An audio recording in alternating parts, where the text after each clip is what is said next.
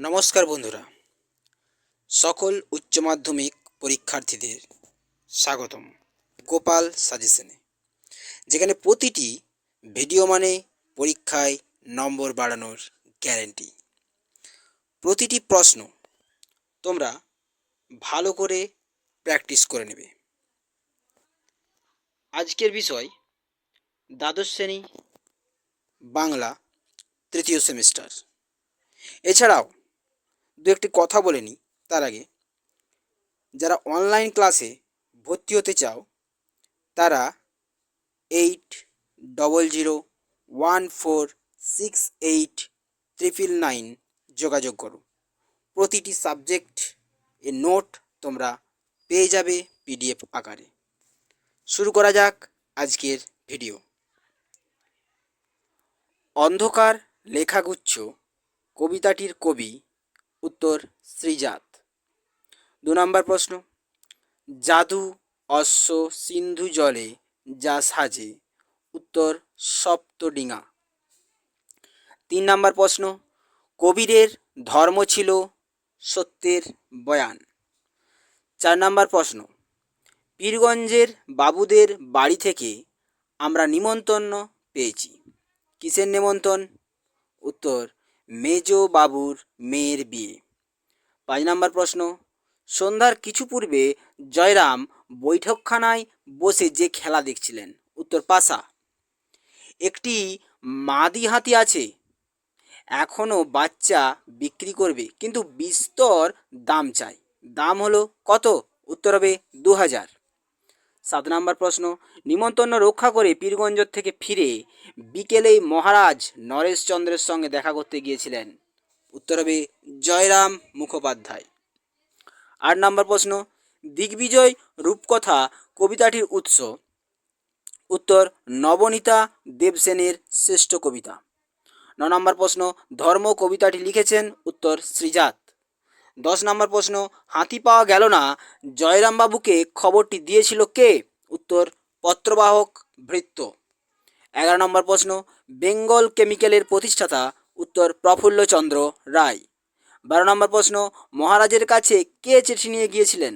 উত্তর দেওয়ানজি। 13 নম্বর প্রশ্ন, রাজপুত্রকে কোথায় যেতে হবে? উত্তর দিগ্বিজয়। 14 নম্বর প্রশ্ন, বাতাসের ধর্ম শুধু, উত্তর হবে কখনো না থামা। 15 নম্বর প্রশ্ন, দিগ্বিজয়ের রূপকথা কবিতার বিশ্বাস কিসের প্রতীক? উত্তর অশ্ব। 16 নম্বর প্রশ্ন, দামার স্ত্রীর নাম কি? দ্রৌপদ।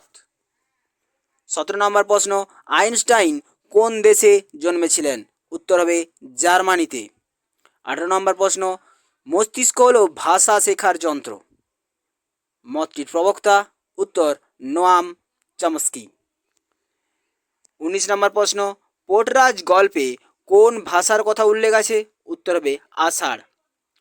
20 নম্বর প্রশ্ন, থিসরাস শব্দের ব্যুৎপত্তিগত অর্থ কি? উত্তর হবে রত্নাগার। 21 নম্বর প্রশ্ন, টপ্পা গান বাংলায় কে জনপ্রিয় করেছিলেন? উত্তর রামনিধি গুপ্ত। 22 নম্বর প্রশ্ন, ব্রতচারীর প্রতিষ্ঠাতা, উত্তর হবে গুরু সদয় দত্ত। 23 নম্বর প্রশ্ন, পোর্টরাজ গল্পটি বাংলায় কে অনুবাদ করেন? উত্তর সুনন্দন চক্রবর্তী। 24 নম্বর প্রশ্ন, তুলনামূলক ভাষা বিজ্ঞানের সূত্রপাত করেছিলেন? উত্তর হবে স্যার উইলিয়াম জোন্স। 25 নম্বর প্রশ্ন, গার্সিয়া লোরকা জন্মেছিলেন? উত্তর হবে স্পেন। 26 নম্বর প্রশ্ন, সেও জোগাড় হওয়া মুশকিল, কি জোগাড় হওয়া মুশকিল? উত্তর পালকি। 27 নম্বর প্রশ্ন, দারুণ শব্দের আদি অর্থ কি? কাষ্ঠ নির্মিত। 28 নম্বর প্রশ্ন, বাংলা বিজ্ঞান রচনা পথিকৃত পত্রিকাটির নাম কি? দিকদর্শন। 29 নম্বর প্রশ্ন, চৈত্র সংক্রান্তিতে কোথায় মেলা বসেছিল? উত্তর হবে বামনহাটে। 30 নম্বর প্রশ্ন, তার সঙ্গে কবিতায় কোন ফুলের নাম উল্লেখ আছে? উত্তর হবে কর্নেশন। 31 নম্বর প্রশ্ন, দামা বাড়ি আছো নাকি?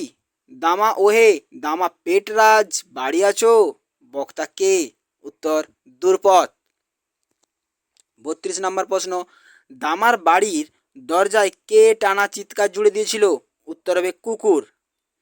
33 নম্বর প্রশ্ন, দ্রৌপদ দেবী মায়ের নামে কোন কোন দিন উপবাস করত? উত্তর হবে মঙ্গল, শুক্র। 34 নম্বর প্রশ্ন, মা তোর লীলে বুঝি না বক্তা কে? পোর্টরাজ। 35 নম্বর প্রশ্ন, পোর্টরাজ গল্পটি মূল কোন ভাষায় রচিত? উত্তর হবে মারাঠি। 36 নম্বর প্রশ্ন, চারণ কবি কি নামে পরিচিত? উত্তর মুকুন্দ দাস। 37 নম্বর প্রশ্ন, Indian association for the cultivation of science এর প্রতিষ্ঠাতা কে? উত্তর মহেন্দ্রলাল সরকার। 38 নম্বর প্রশ্ন, বসু বিজ্ঞান মন্দির স্থাপিত হয়? উত্তর 1917 খ্রিস্টাব্দে। 39 নম্বর প্রশ্ন, অব্যক্ত গ্রন্থটি লিখেছেন কে? উত্তর জগদীশচন্দ্র বসু। 40 নম্বর প্রশ্ন, গোবর গুহের নাম কোন খেলার সঙ্গে যুক্ত? উত্তর হবে কুস্তি। এই প্রশ্নগুলা তোমরা ভালো করে প্র্যাকটিস করে নেবে। আশা করি ভিডিওটি তোমাদের ভালো লাগবে। ভালো লাগলে একটি লাইক, চ্যানেলটি সাবস্ক্রাইব করে দেবে। আর কমেন্টে লিখে জানাও তোমাদের কোন বিষয়ের সাজেশন চাই। প্রতিটি বিষয়ের সাজেশন নোট তোমাদেরকে পিডিএফ আকারে দেওয়া হবে। নমস্কার।